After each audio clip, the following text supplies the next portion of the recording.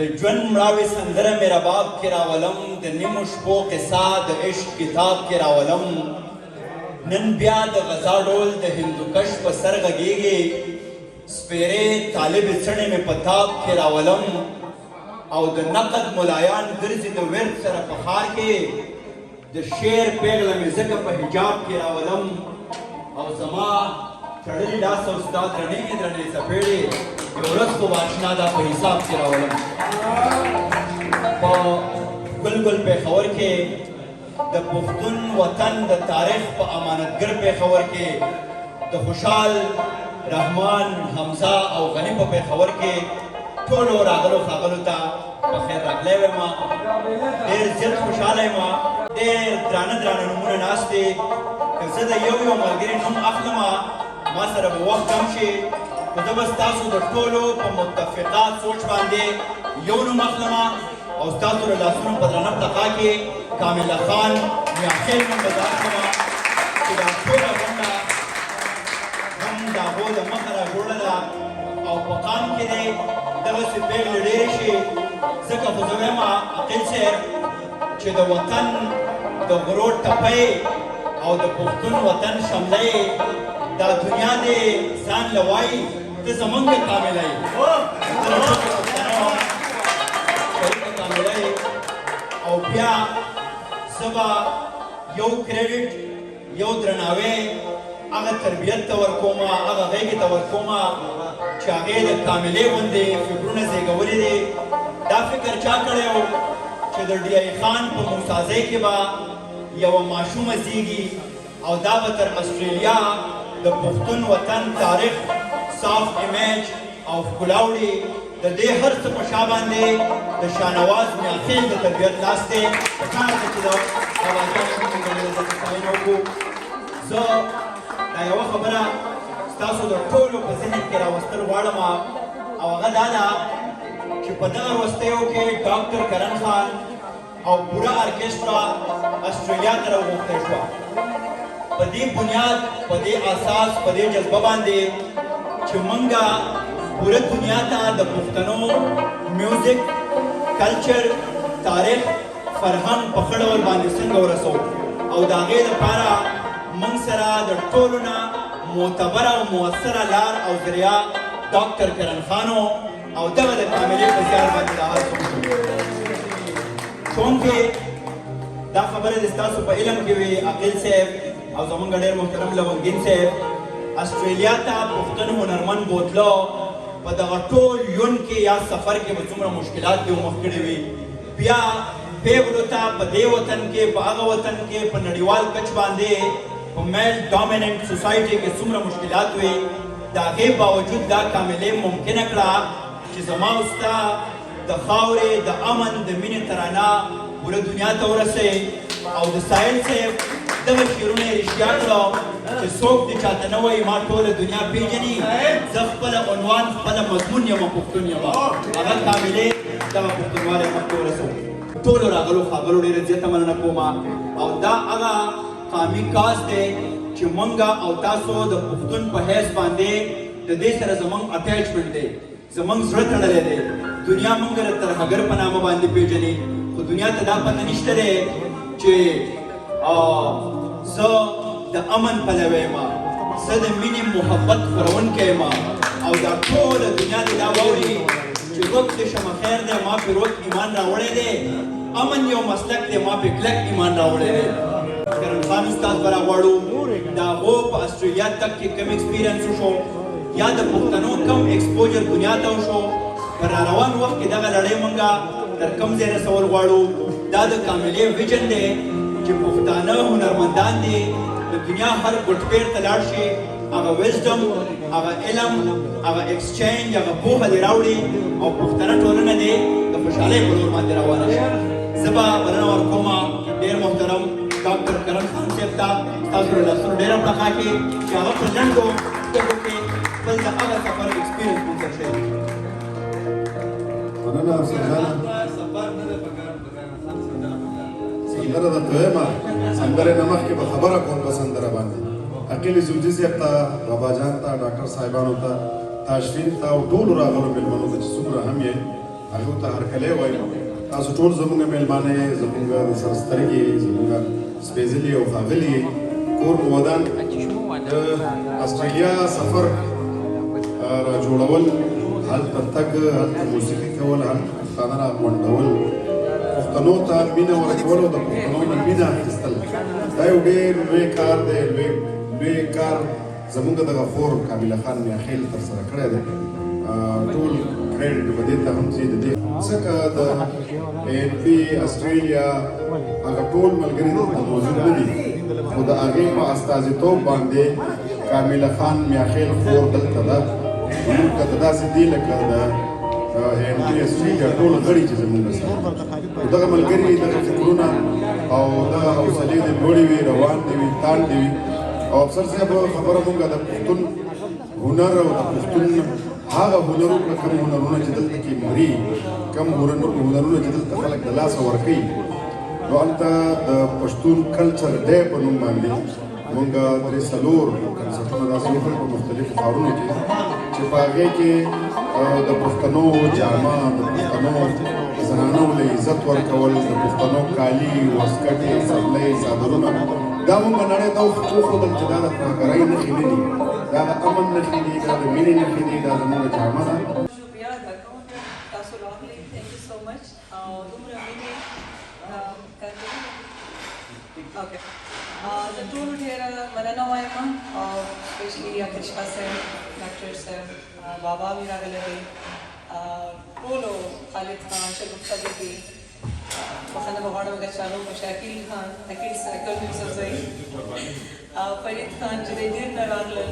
میر عاطف صاحب جسدې نه سپیشل راغلی دی، تاشفین خو بس دا خو دی قربانه دی، خو تاشفین ته ډېره شکریه ادا کوم، امین الله ته، نقاش ته، منظور آفریدي، خفه نه سئ، سلمان واړه بچو ته، مشرانو، خویندې که مې راغلې، ترونه، پلار واړه راغلي دي. زه ډېره خوشحاله شوم، او موږ چې کوم او کرشا صاحب خصوصا ذکر وکړم چې استرالیا کې ماجیشن هم وکړه پښتنو لپاره، هغه اگر دوی سپورټ نه وی او د دوی سره مرسته نه وی نو هغه پاسبل نه و. سر تھینک یو سو مچ، او انشاءالله دغه سفر به جاري. او ما غوښتل چې هر دنیا کې ما دا محسوسه کړه چې پښتنو دپاره چې دی کار کول پکار دی، او ما دا انیشیټیو واخیست اسټریلیا نه، او زه دا غواړم چې صرف اسټریلیا نه ټول دنیا کې چې دی پښتنو انټروډکشن وسي. ډېرې مسایل ول هلته کې،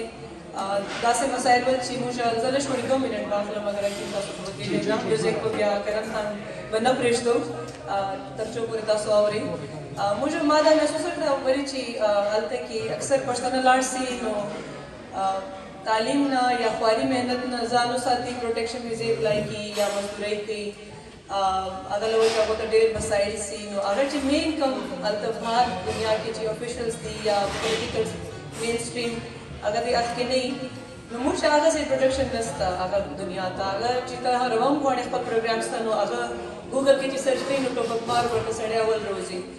نو ما چې کله موږ اول هلته کې دا محسوسه کړه چې یو فورم دی،